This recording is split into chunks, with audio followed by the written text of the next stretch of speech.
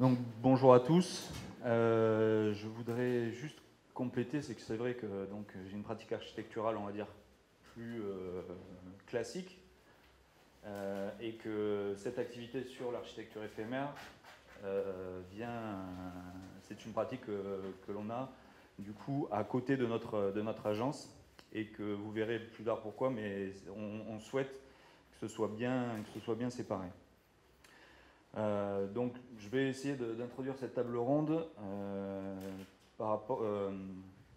en passant quelques-uns des projets et par rapport à notre expérience et à mon expérience personnelle.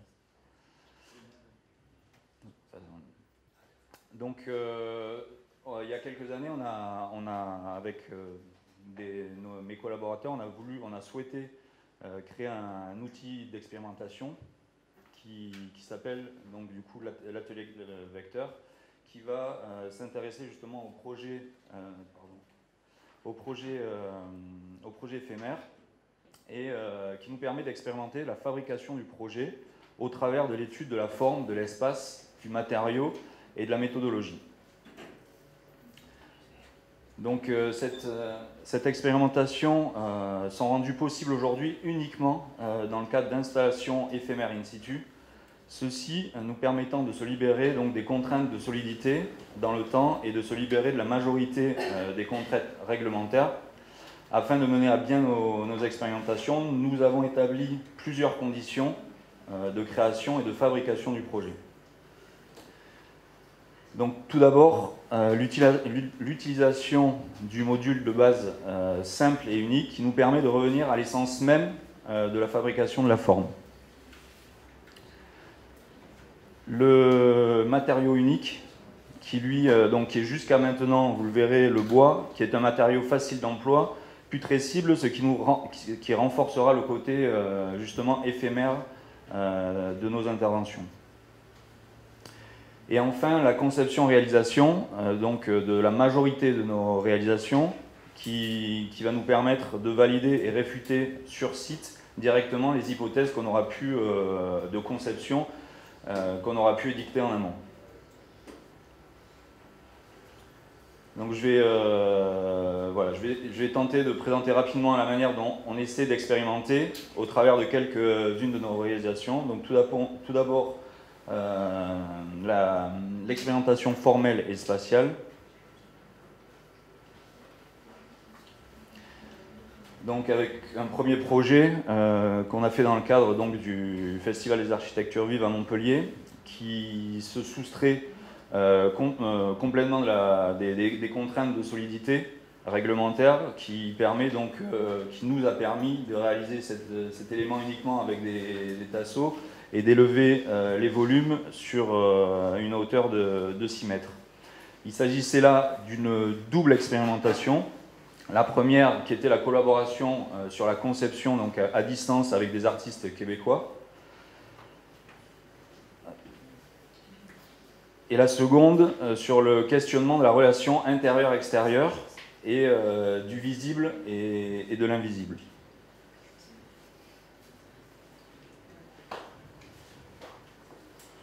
Donc un second projet qui s'appelait Wood Pearls, donc sur les remparts d'Aigues-Mortes. Pour ceux qui ne connaissent pas, c'est une ville fortifiée à quelques kilomètres de Montpellier. Et ici, l'expérimentation a été la confrontation entre le patrimoine architectural, l'intervention éphémère avec le grand paysage. À l'occasion de cette intervention, on a travaillé sur les vides laissés dans la pierre, les traces historiques d'anciens éléments en bois de la construction médiévale. Alors ça, c'est un troisième projet que l'on a réalisé en Haute-Savoie. Donc c'était la réinterprétation de l'idée de cabane dans le cadre d'un lac, une réserve de pêche artificielle. Donc ce projet nous a permis de créer des espaces dédiés à différents publics et usagers, donc aussi bien pour les jeunes qui s'en servent comme refuge que pour les pêcheurs qui s'en servent comme support pour leur activité. Donc l'expérimentation a été le dialogue entre l'objet figé et le paysage naturel vivant. Donc on conçoit et on réalise la majeure partie de nos installations expérimentales, ce qui nous permet de contrôler du coup le processus du début à la fin et d'en tirer des conclusions pour les expérimentations futures. Donc l'ensemble on réalise in situ donc l'ensemble des installations avec à chaque fois des gabarits particuliers, des installations particulières qu'il faut réinventer sans cesse. Et donc là on est sur un projet qu'on va voir par la suite, donc qui est à Nantes. Et pour revenir à la question tout à l'heure des stages, nous c'est vrai que sur chaque projet on essaie justement d'intégrer des stagiaires, d'étudiants, des écoles qui sont proches du projet que l'on réalise. Donc là c'est à Nantes, on avait des étudiants de Nantes et de Versailles. Donc justement l'expérimentation suivante est une terrasse donc, qui est réalisée dans le cadre du festival Voyage à Nantes. Donc cette terrasse a pris place sur les berges inoccupées et inaccessibles d'un canal, donc sur lesquels l'accumulation de cadres de bois nous a permis de réaliser cette terrasse en équilibre. Donc c'est pareil, sur l'ensemble des réalisations, il n'y a aucun ancrage, il n'y a jamais d'ancrage, d'où l'expérimentation permanente sur savoir comment on peut réutiliser un simple module de bois, de le multiplier et de réussir à le faire tenir. Donc cette installation a vocation à être utilisée de manière publique parce que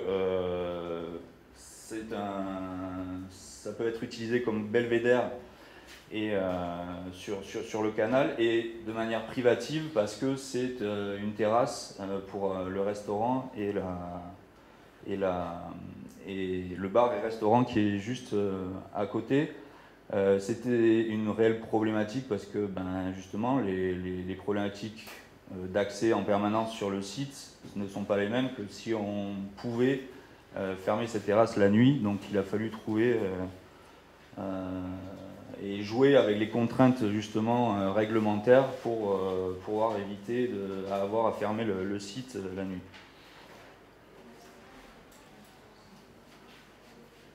Donc ce belvédère est devenu aujourd'hui un lieu de rencontre et plus uniquement un lieu de passage. Donc ça c'est le premier projet qu'on a réalisé dans le cadre déjà du Festival des Architectures Vives. Donc c'est vraiment le point de départ de l'aventure Atelier Vecteur et de la création de cet outil. C'est la première fois qu'on utilisait le bois, c'est la première fois on sortait juste de l'école. Donc c'est vraiment le projet qui a marqué le début des expérimentations qu'on fait depuis maintenant presque 8 ans.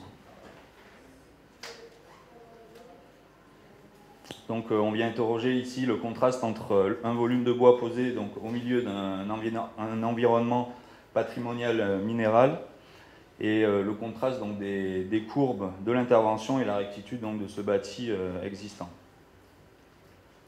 Notre projet donc, avait pour objectif d'interpeller le visiteur pour l'inciter à pénétrer dans la forme.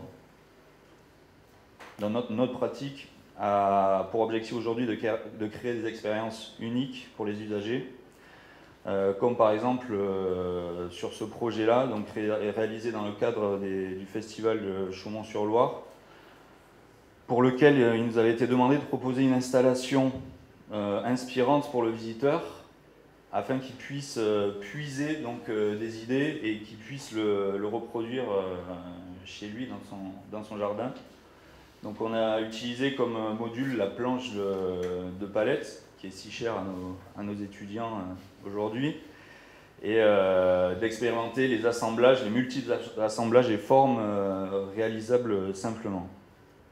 L'installation suivante, donc, qui s'appelait Oscillation, elle prend place aussi à Nantes, dans une rue donc, qui est située entre des anciens chantiers navals et un ancien centre de maintenance électrique.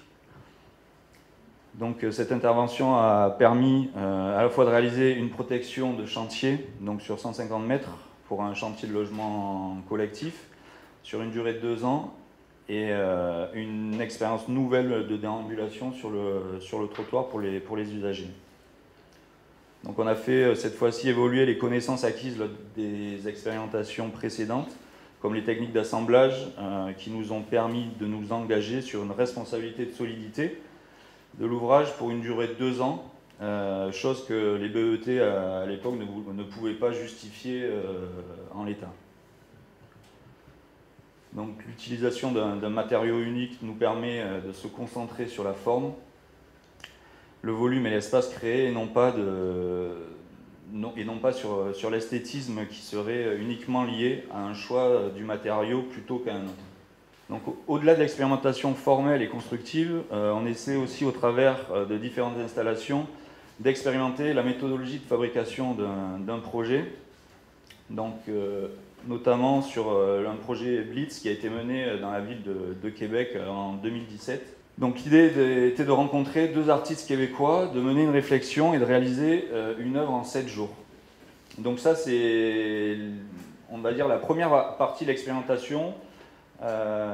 Et la deuxième partie, c'était le premier projet que vous avez vu. Donc c'était la réciprocité, c'est-à-dire que si ce projet était validé, dans le sens si l'expérience fonctionnait, on se devait de réaliser un projet en France ensemble avec ces artistes québécois.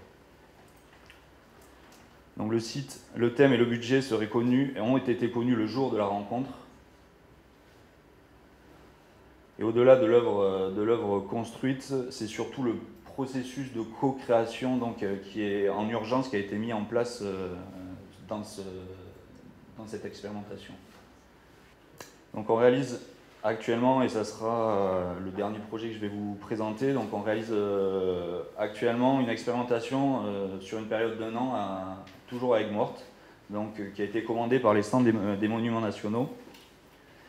Il a été demandé de mettre en place un projet éphémère afin d'expérimenter et de tester la cour d'entrée du logis. L'objectif étant qu'en décembre 2019, il soit possible de tirer les conclusions de cette expérience et que le maître d'ouvrage soit capable, avec nos orientations, de programmer et aménager un lieu pérenne. Donc on a démarré notre étude par de multiples enquêtes, observations in situ de comportement des visiteurs, rencontrer le personnel, les cadres et agents du centre des Monuments Nationaux, les associations aussi d'Aigues-Mortes, afin de comprendre le lieu dans son fonctionnement et la manière dont il est pratiqué. Donc nos enquêtes de terrain nous ont permis de faire des constats de fréquentation, d'usage et de comportement, nous permettant d'émettre des hypothèses.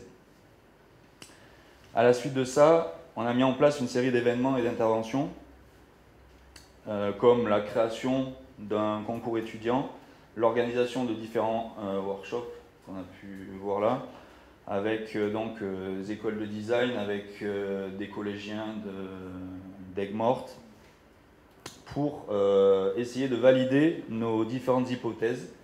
Donc de faire, avec les hypothèses qu'on a émises, on a essayé de créer ces workshops et ces activités dans les lieux que l'on pensait stratégiques, notamment pour ce concours étudiant. On avait identifié qu'au-delà de créer un événement dans la cour, il fallait déjà créer un appel, chose que les Monuments Nationaux n'avaient pas forcément jusqu'ici identifiée. Donc on a essayé de mettre en place ce concours de manière à tester pendant 15 jours cet appel et essayer de comptabiliser, de vérifier si justement les visiteurs étaient plus attirés peut-être par le lieu qui existe derrière. Donc une fois ces hypothèses validées, nous avons pu réinterroger et compléter le programme, comme je vous l'ai dit, pour enfin proposer un projet éphémère d'aménagement de la cour d'entrée susceptible de répondre au mieux aux problématiques du lieu. Et donc à la suite de cette intervention, donc ça c'est quelque chose qui va être réalisé courant juillet, on relancera une campagne d'enquête sur les comportements des visiteurs afin de corriger ou valider en l'état notre intervention et apporter nos conclusions au Centre des monuments nationaux.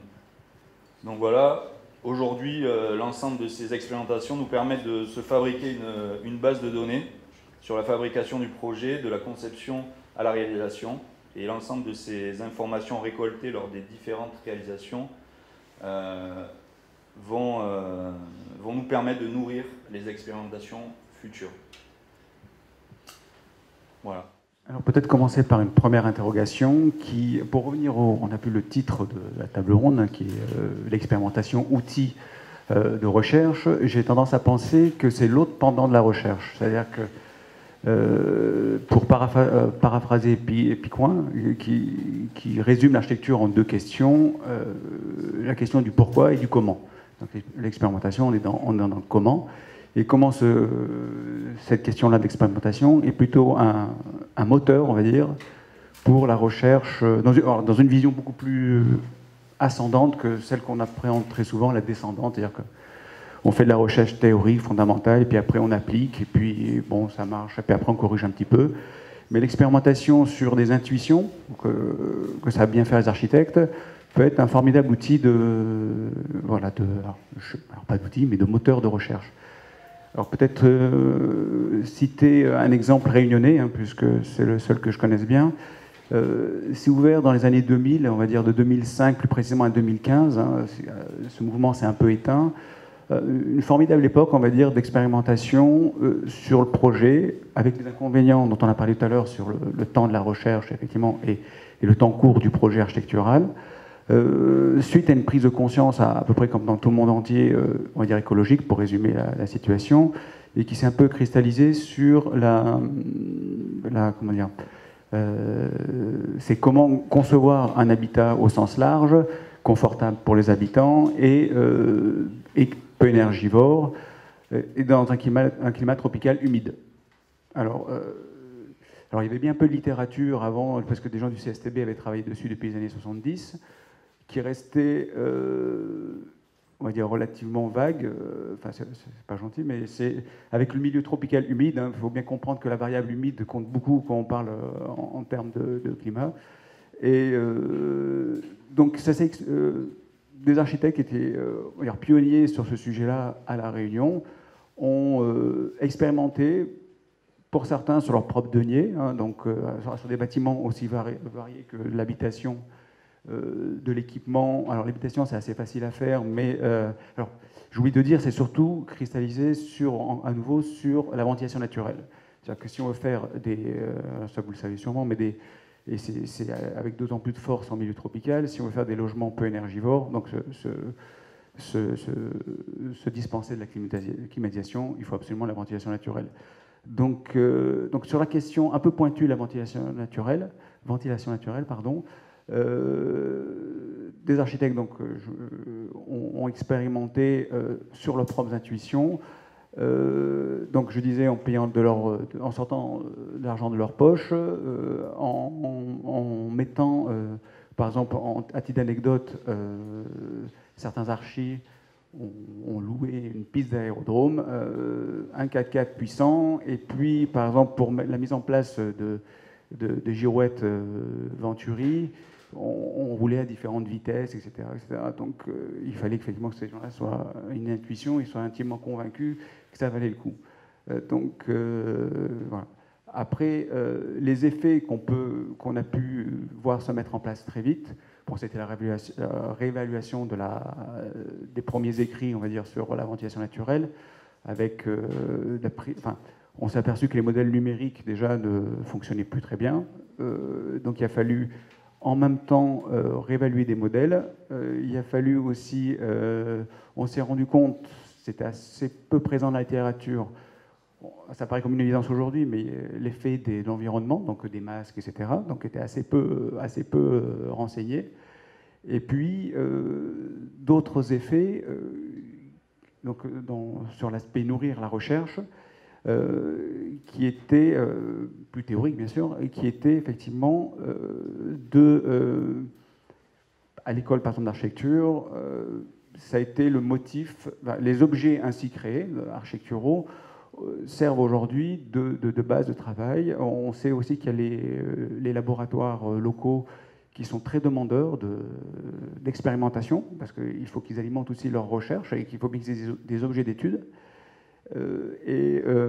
Aussi, on a une école d'ingénieurs aussi qui est très demandeuse sur ce type de sujet. Donc en fait, on a pu expérimenter une espèce de cercle vertueux où il n'y a pas qu'un effet ascendant ou descendant, mais voilà, l'un alimente l'autre et puis on va dire tout le monde s'en porte mieux. Bon, après, cette période, c'est juste pour conclure ma partie, cette période c'est un peu éteinte parce que expérimenter veut dire prendre des risques, donc se tromper. Et de moins en moins de maîtres d'ouvrage, parce que c'est aussi, quand on parle effectivement d'expérimentation, il faut que le maître d'ouvrage suive.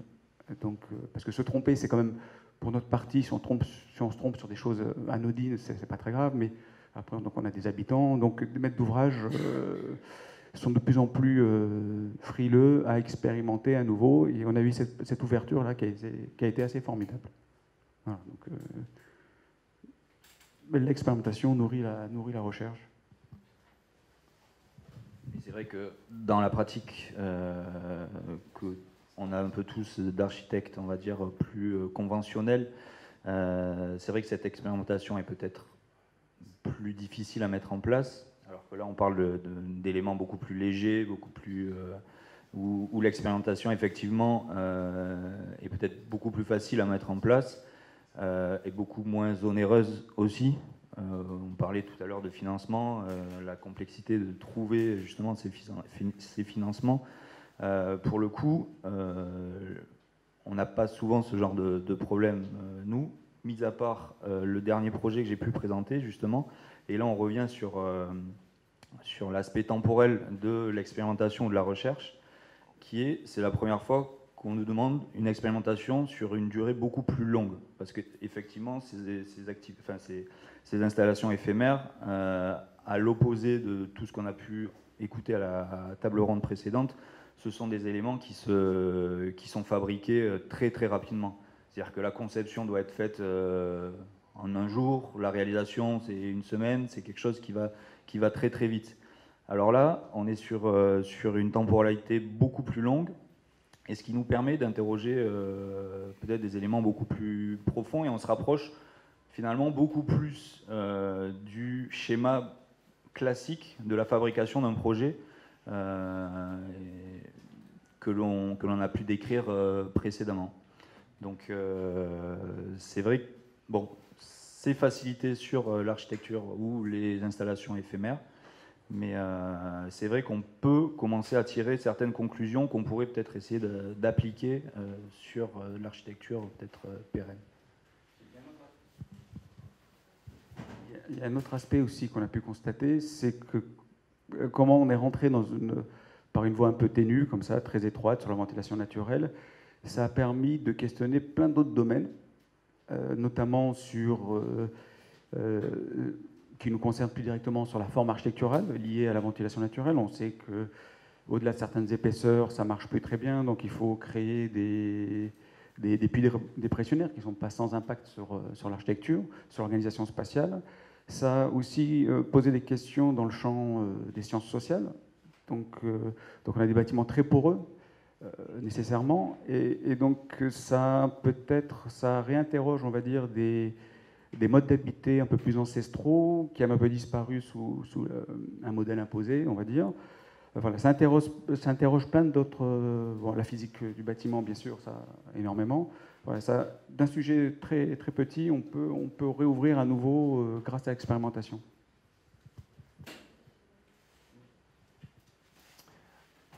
Alors après, la question de l'expérimentation finalement et de la recherche, on se la pose assez souvent finalement. Moi, alors je sais pas, c'est mon avis, mais dans la question du concours d'architecture, je trouve qu'il y a cette condition de recherche, c'est-à-dire que à la limite, on a pu parler ce matin comme quoi l'objet final n'était pas valable comme étant de la recherche, Mais quand on se retrouve dans un état de conception ou à un moment de concours, on se retrouve à utiliser des outils qu'on n'utilise pas forcément tous les jours. La question du diagramme, la question de la synthèse de programmes, d'organigrammes, de maquettes. Je trouve pour ma part que la recherche démarre dès les premières idées. On va essayer de développer un récit. Donc finalement, on va essayer de créer une sorte de recherche culturelle, appropriation parfois, culturelle aussi. Mais en tout cas, on développe à travers tous les outils architecturaux durant parfois des périodes qui peuvent être assez longues, qui peuvent durer notamment pour les projets urbains. Mais en tout cas, on développe, je trouve, une question de la recherche du lieu, de la fabrication d'un lieu, parce qu'en fait, finalement, la recherche, c'est quoi? Ça va être approfondir ou élargir les connaissances qu'on a d'un certain sujet. Finalement, chaque lieu devient un sujet à part entière. Donc finalement, quand on élargit la connaissance d'un lieu ou qu'on le révèle, est-ce qu'on n'a pas fait notre part de recherche déjà en tant qu'architecte? C'est à réfléchir. Et ensuite, tous les dispositifs qu'on va mettre en place pour venir créer de nouveaux espaces où on va essayer. Comme tu disais, Malek, des fois, on peut se tromper, mais en tout cas, on peut essayer. Je me rappelle notamment sur conférence de Pierre Thibault, justement, qui parlait justement de cette recherche autour du scolaire, de comment maintenant créer des lieux sensibles pour un nouvel apprentissage et plus laisser apprendre comme on faisait auparavant, ou en tout cas, comme quoi la fonction du lieu en elle-même et sa forme faisait aussi un travail sur la façon d'apprendre et la façon et quel sujet on donnait à apprendre aussi, l'acceptation des enfants entre eux, ce genre de choses. Donc au final, pour moi, je pense que deux recherches peuvent être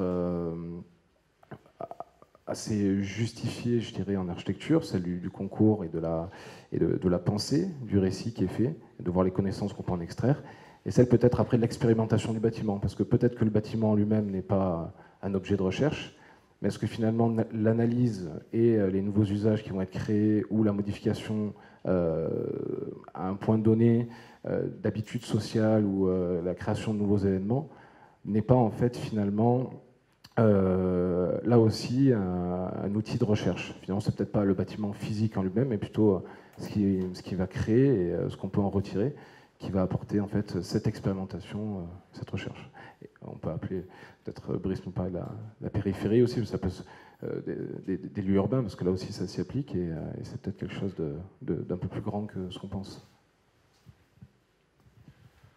Alors, c'est intéressant que tu aies parlé des concours, parce que moi, la façon dont je travaille aujourd'hui, qui est essentiellement sur la petite échelle, sur l'habitat individuel, avec les particuliers, je le dois à une décision que j'ai prise autour de mes 30 ans, suite à une grosse expérience de concours d'architecture que je faisais en agence, et sur lequel petit à petit, j'ai accumulé une frustration, qui était d'avoir l'impression de ne pas arriver à pousser un sujet vraiment au bout, et d'avoir tendance, par le jeu des concours d'architecture, à toujours rester un peu en surface, ou en tout cas sur un raisonnement qui restait quand même toujours non abouti pour moi, où chaque fois, même si dans l'agence où j'étais, on faisait beaucoup de lycées au collège, donc des programmes chaque fois un peu équivalents, on se rendait compte qu'il fallait chaque fois quasiment, ou en tout cas nous pousser à réinventer un nouveau concept de collège ou de lycée, qu'on avait énormément de mal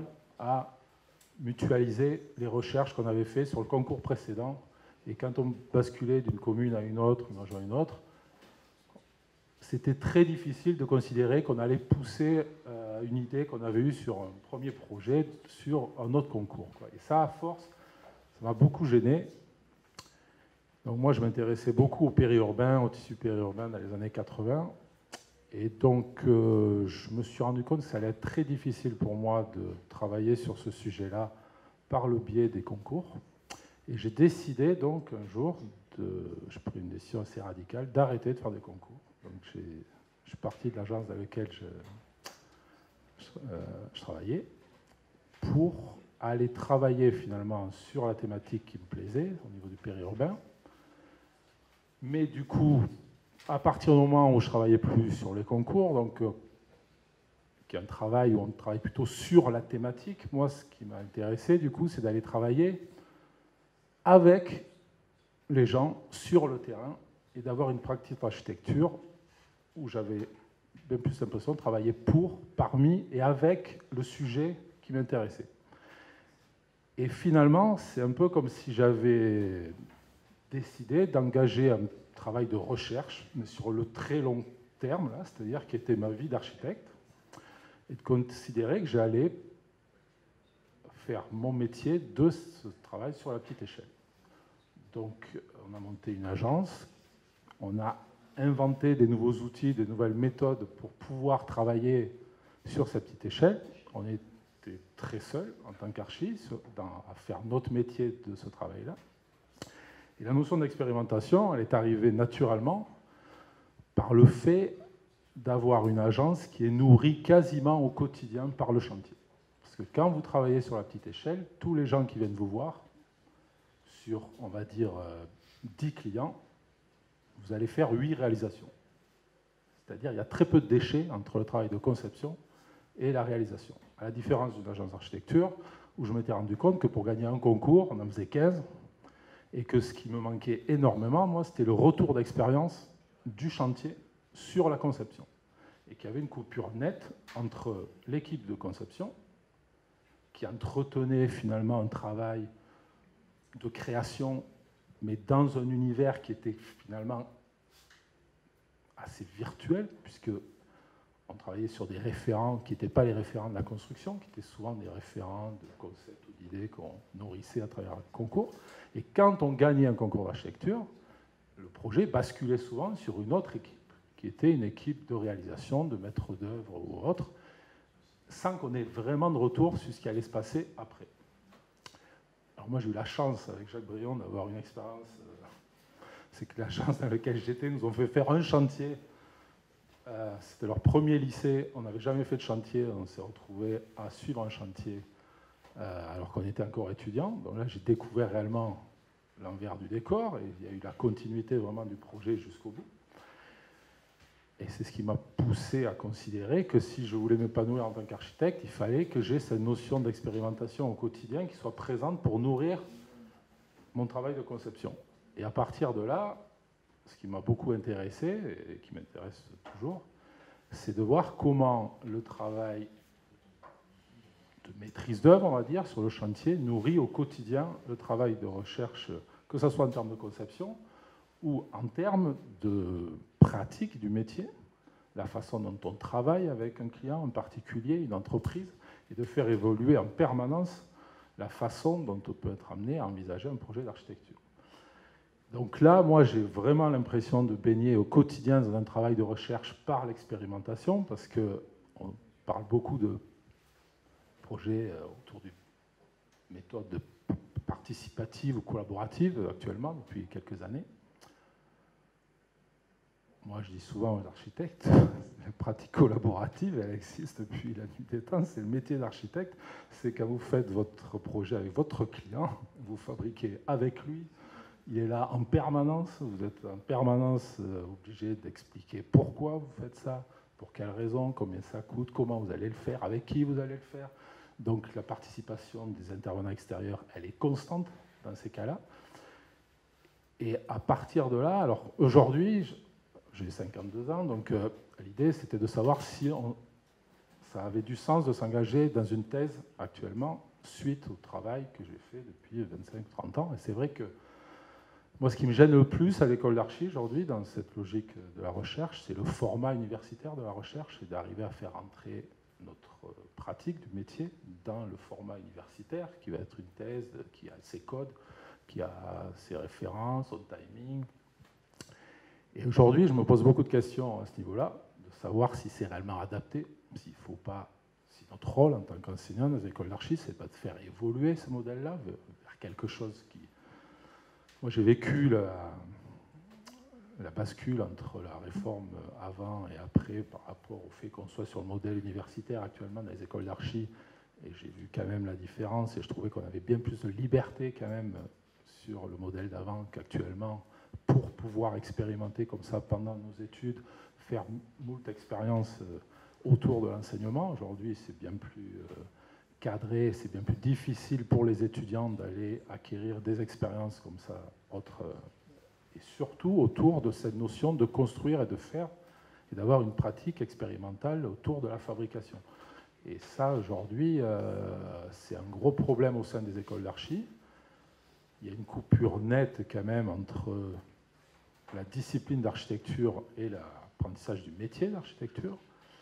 On a énormément de mal à faire entrer ces logiques de fabrication, de manipulation, d'apprentissage autour du fer dans les écoles d'architecture. Et ça me pose, moi, un vrai problème, parce que j'ai vraiment l'impression que ce cercle vertueux, propre aux études d'archi, qui est de considérer que la construction nourrit la conception, et inversement, elle est cassée quand même dans l'enseignement. Dans l'enseignement, on est quand même beaucoup dans la conception et quasiment plus dans la construction.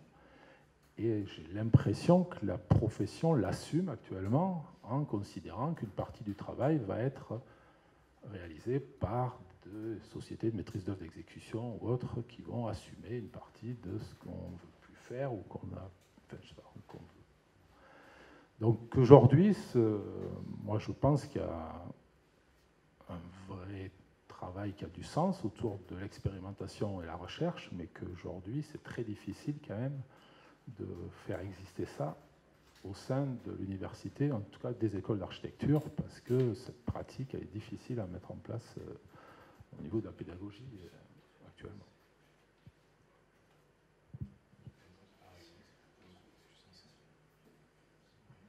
Sur la disparition un peu ou l'évanescence de la question du fer pour le coup, à la Réunion, enfin en tout cas à l'école, malgré la terminologie, on dépend de vous.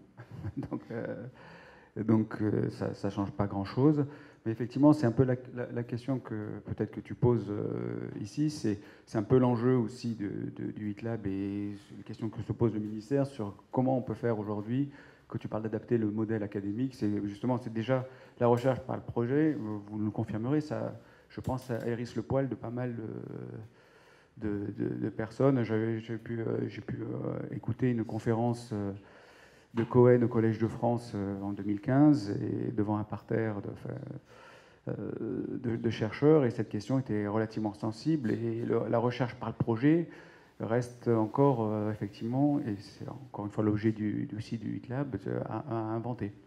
Et effectivement, cette partie expérimentation est à valoriser.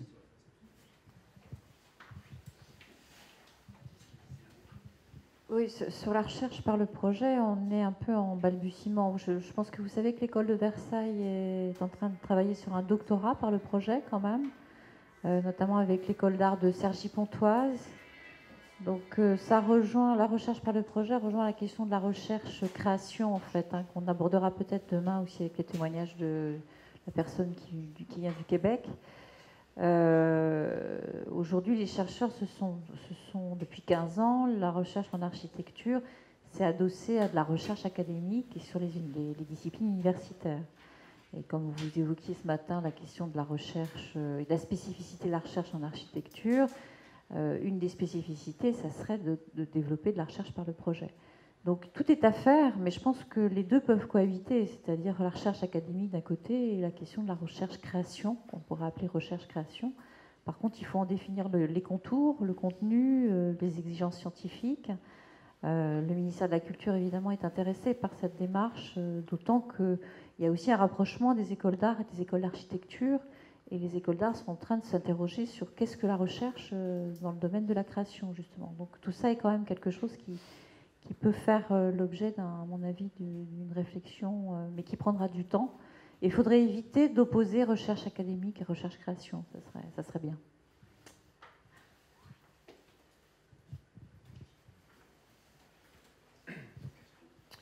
Oui, moi, pour le coup, je pense que les deux peuvent fonctionner ensemble, comme vous avez dit. Et à mon avis, de toute façon, il faut qu'elles fonctionnent ensemble, puisque l'un sans l'autre, ça peut être assez dommageable. C'est des choses qu'on voit. Alors, la question du faire, c'est ça qui est un peu plus complexe, quoi. C'est-à-dire le faire l'architecture, des fois aussi, c'est pas uniquement faire du chantier, pour le coup. Alors, ça s'est transformé depuis pas mal d'années. Mais certaines personnes deviennent architectes et ne sont jamais sur un chantier. C'est pas pour ça qu'ils ne sont pas architectes non plus.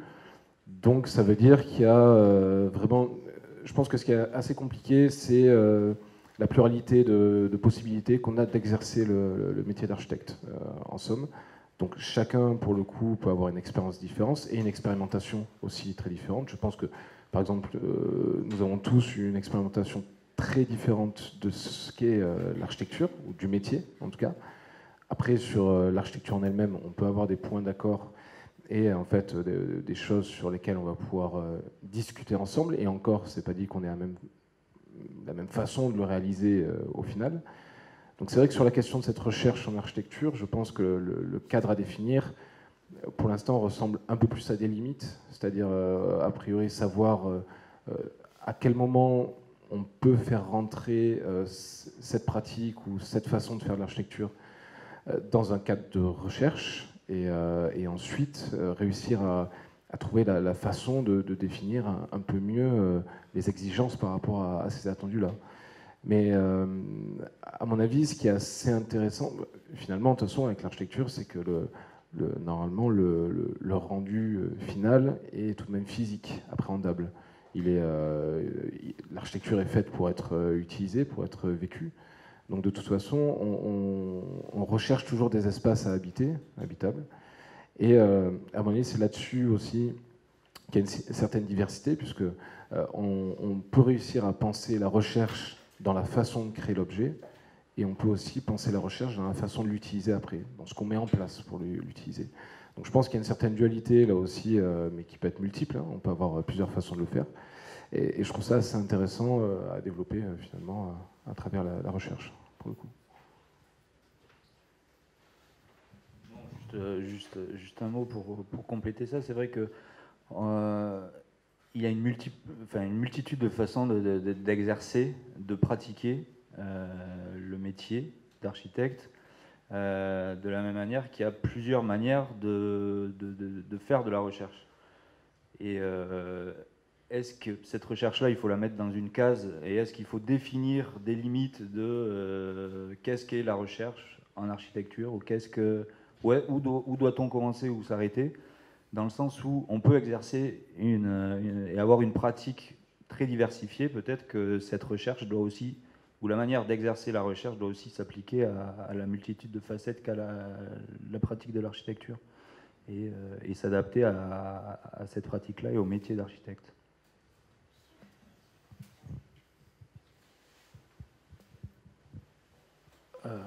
Par contre, cette idée de faire un lien entre l'expérimentation et la recherche, moi, plus que le faire, c'est plutôt la confrontation au réel à un moment. C'est-à-dire de se mettre en situation où tu vas confronter ta recherche à la réalité pour pouvoir la remettre en cause et faire avancer ton travail par ce retour d'expérience de la réalité. Alors ça peut être le chantier, mais ça peut être les usagers aussi. Ça peut être les utilisateurs, c'est-à-dire c'est d'aller voir ce qui se passe une fois que le projet est fait et voir comment il est approprié. Et moi, ce qui m'a beaucoup manqué, c'est cet aspect-là, c'est de se dire que... alors, au stade du concours, j'avais l'impression que le projet s'arrêtait à la phase d'avant-projet quand tu rendais le concours, puis après, il disparaissait, tu ne savais pas trop comment réutiliser même ce travail qui était fait. Quand on livre un chantier, on a un peu l'impression que le jour où on a livré le chantier, le projet il disparaît, il ne t'appartient plus, tu repasses à autre chose et puis tu repars sur une autre problématique.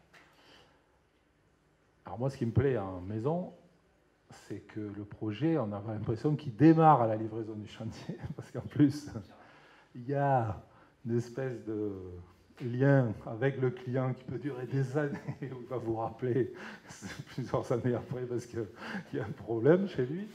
Donc, il perdure au-delà de la livraison, mais c'est intéressant parce que ça vous permet de voir comment votre projet va être approprié, comment il va se transformer, et ça nourrit aussi énormément le travail de conception et la façon dont on appréhende après le projet quand on se remet en logique. Et je pense que moi, au-delà du faire, du chantier, de la maîtrise d'œuvre, c'est plus par rapport à ça, c'est de voir, parce qu'on obtient quand même une habilitation à construire, hein, la HMO, c'est habilitation à pouvoir donc construire, donc faire basculer dans la réalité ce qu'on a conçu. Et donc, travailler sur qu'est-ce qui se passe une fois que c'est construit, ça me paraît être aussi vraiment très important. Et dans cette logique d'expérimentation, pour moi, c'est primordial, quoi. Des interventions? Je voulais dire que je voulais revenir à la fois sur ce qu'avait dit Brice et puis un autre intervenant avant sur le temps. Ah, pardon. Sur le temps long de la recherche et sur le fait qu'il avait été dit que ce temps, il allait depuis le moment de la conception à la livraison. Donc, j'étais pas tout à fait d'accord. Et puis, donc là, la perche vient de m'être tendue. En fait, dans la mesure où, en plus, on est quand même soumis à certaines responsabilités qui durent au moins 10 ans. En fait, la recherche, elle se poursuit au-delà, alors dans de bonnes relations, comme elles viennent d'être dites là, quand les liens sont toujours agréables et amiables entre l'architecte et les clients. Et puis, la recherche, elle se poursuit aussi après, dans le cadre des expertises qui peuvent être amiables, judiciaires, etc. Et où là, on va décortiquer aussi le projet d'une autre manière, et on va faire aussi une recherche sur un certain nombre de questions qui nous sont posées, et auxquelles on va devoir répondre. Ces questions pouvant être d'un ordre technique, mais aussi de tous autres ordres, sur la façon dont les occupants se sont appropriés les différents bâtiments qu'on a pu concevoir et construire, et les modifier, et du coup leur apporter certaines pathologies à ces bâtiments, et en retour apporter aussi des pathologies aux occupants eux-mêmes. Donc la recherche, elle va largement au-delà du moment de la livraison, elle va au moins dans les 10 années qui suivent, mais plus. Et donc on peut la retrouver aussi dans tout ce qui est de l'ordre de l'activité liée à l'expertise. Voilà.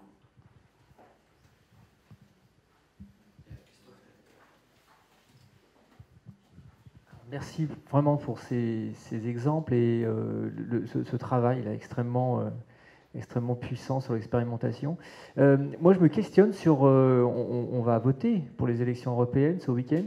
Je me questionne sur l'interopérabilité des doctorats et des méthodes de recherche en Europe. On vient de parler de la question du doctorat by design. On a eu une expérimentation à l'ENSAL pendant 3 ans.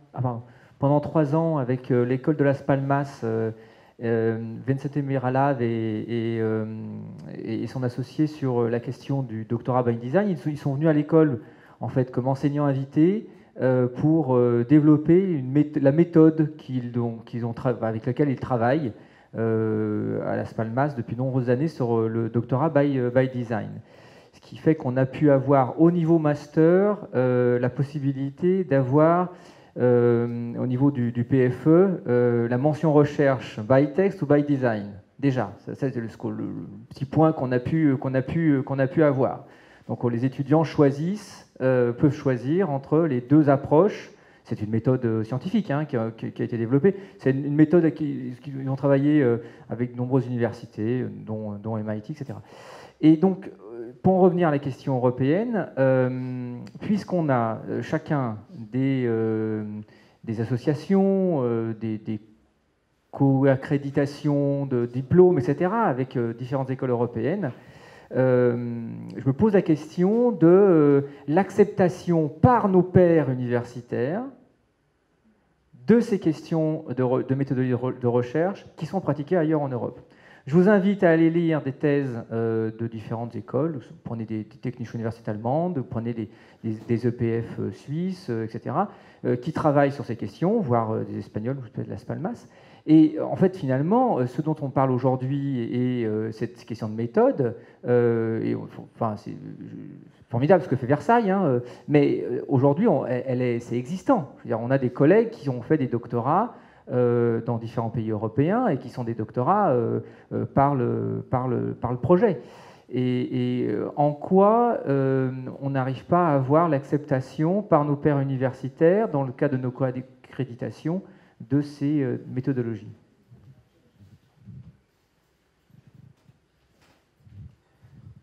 Enfin, moi, je suis d'accord avec toi, Christophe. Je ne sais pas si si ça pourrait se faire, mais et voir comment, entre guillemets, nos pairs universitaires pourraient prendre ça.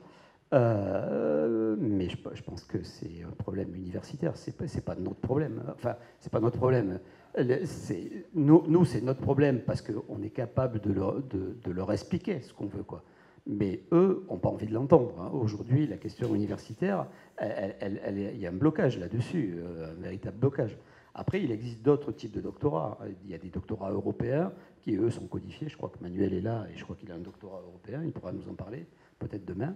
Voilà. Après, l'autre, nous, en tous les cas, à Montpellier, ce qu'on avait envisagé aussi à un moment, c'est un co-encadrement des doctorats sur l'international. D'accord ? Juste le petit problème que l'on a là-dessus, c'est la rédaction, quoi. C'est-à-dire qu'en gros, non content de devoir le soutenir alors en espagnol, en anglais, mais il faut le rédiger en espagnol ou en anglais, ce qui est quand même très complexe. Voilà. Tu ne peux pas le rédiger en français, tu ne peux pas avoir une traduction, parce qu'en fait, tu perds le sens des fois de l'écrit, quoi. Voilà. Donc c'est ça. Et moi, je suis tout à fait... moi, ça m'intéresserait d'avoir tes éléments pour aller voir l'université et discuter avec eux, mais c'est compliqué, quoi. Voilà. Alors, en fait, si on met aujourd'hui la production universitaire européenne et qu'on compare, ne serait-ce que dans le champ de l'art, on parlait forcément, enfin, on n'a rien contre les écoles d'art, au contraire. Quoi que ça fait 50 ans qu'on est parti de 68 des écoles des beaux-arts, c'est ça? C'est ça, ouais. C'est ça, les 50 ans, et c'est pour ça que toutes les écoles sont 50 ans aujourd'hui, c'est qu'on est tous partis. Voilà, on les a quittés en 68. Mais donc, du coup, l'université nous dit retournez vers les écoles d'art, 50 ans après.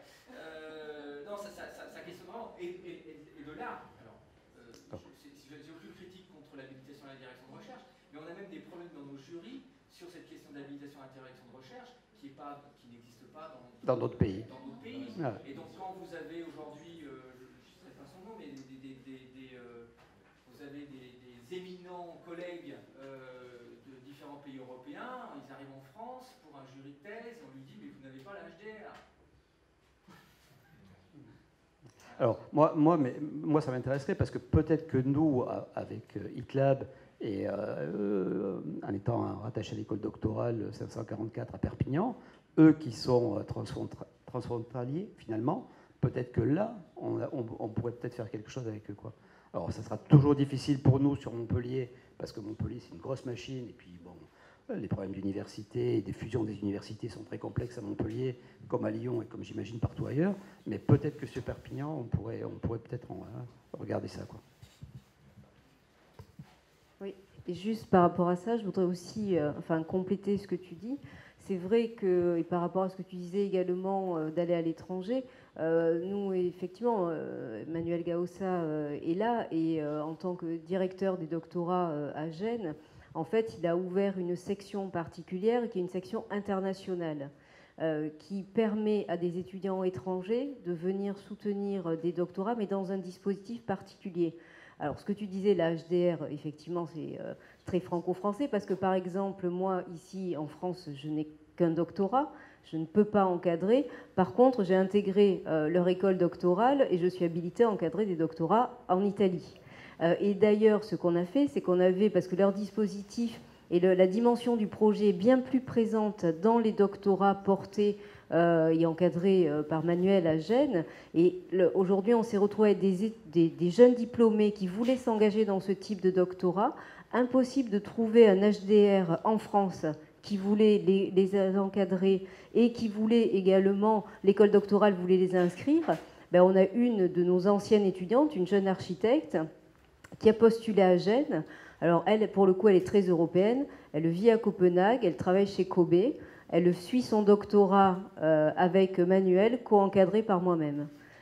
Donc on fait, voilà, donc Copenhague, Gênes, Manuel un peu Barcelone et moi Montpellier. Mais on se dit, c'est quand même une absurdité quelque part qu'un architecte qui veut faire un doctorat où il y a une dimension de projet soit obligé de s'exiler.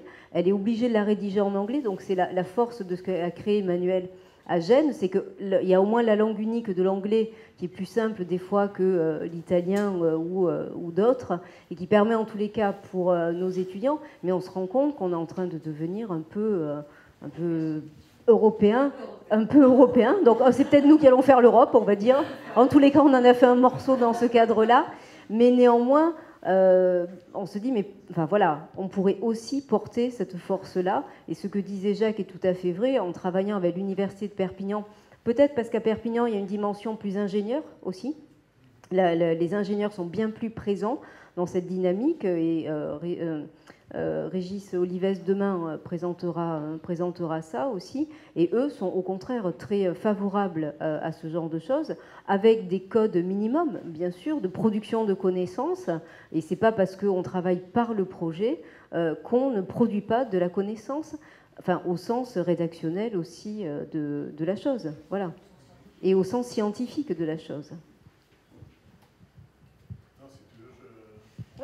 C'est pas moi qui ai inventé simplement. Oui, mais tu l'as mis en place quand même. Voilà.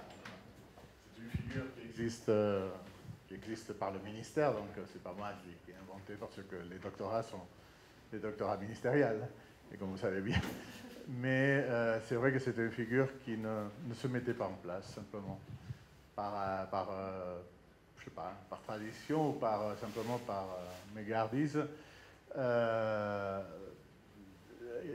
Comme je vous ai dit, le doctorat en Italie, c'est plutôt une opposition pour avoir une bourse, et pas cette idée qui en Espagne, par contre, était où c'était le premier step pour faire ta carrière académique, oui, mais aussi ça pourrait être la façon de finir une étape plus mûre de réflexion sur tes propres obsessions de recherche. Et beaucoup de gens en Espagne, en finissant le doctorat à 45, 46, 48 ans, c'est pas quelque chose de... Non, des gens professionnels qui voulaient simplement avoir un doctorat pour expliquer leur recherche.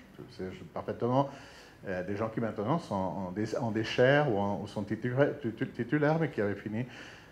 moi-même, j'ai fini mon doctorat à 41 ans. C'était pas sortir et aller vers la... et en Italie, par contre, oui, il y a eu toujours cette idée que c'est le premier step pour le monde académique, et donc tu as une opposition pour avoir une bourse qui te permet d'entrer dans l'université, après blablabla.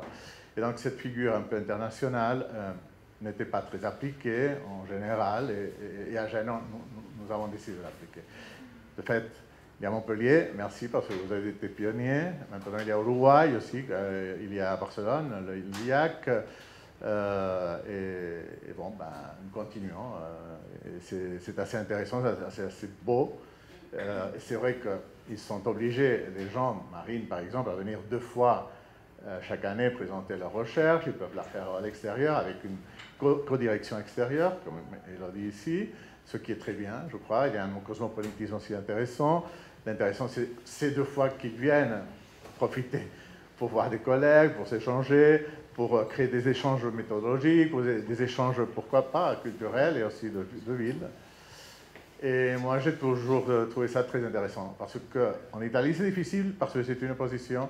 Il y a Barcelone, je parle à Valencia, je ne sais pas, hein, mais à Barcelone et à Madrid, c'est difficile aussi d'entrer dans le doctorat, parce qu'il y a un numerus clausus, bien, pourquoi pas, très bien, mais aussi parce que les thématiques sont toujours les mêmes. Alors, des thématiques sur, je ne sais pas, robotique et appliquée à ou intelligent matters, ou rien, absolument rien à faire à Barcelone et à Madrid. C'est ou la révision de Asplund dans la je sais pas quoi, ou non, ou je sais pas, non, parfois des choses, des aspects d'urbanisme, pourquoi pas, des villes, mais il y a une idée ou de documentation historique, ou pourrions-nous dire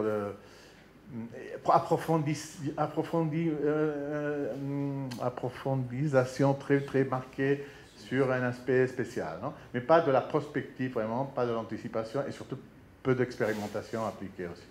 Alors voilà. Bon, moi je te remercie pour ce que tu me dis, mais c'est vrai que c'est normalement le ministère qui décide, et donc c'est le ministère aussi qui peut donner des possibilités pour que chacun après les applique. Non? Oui. Oh, l'enseignement, oui, oui, c'est le ministère d'enseignement supérieur. Oui, oui. Oui, oui. C'est pas la culture, le ministère de culture. Moi, je suis toujours plus près du ministère de culture, de toute façon. Ça, je l'expliquerai demain.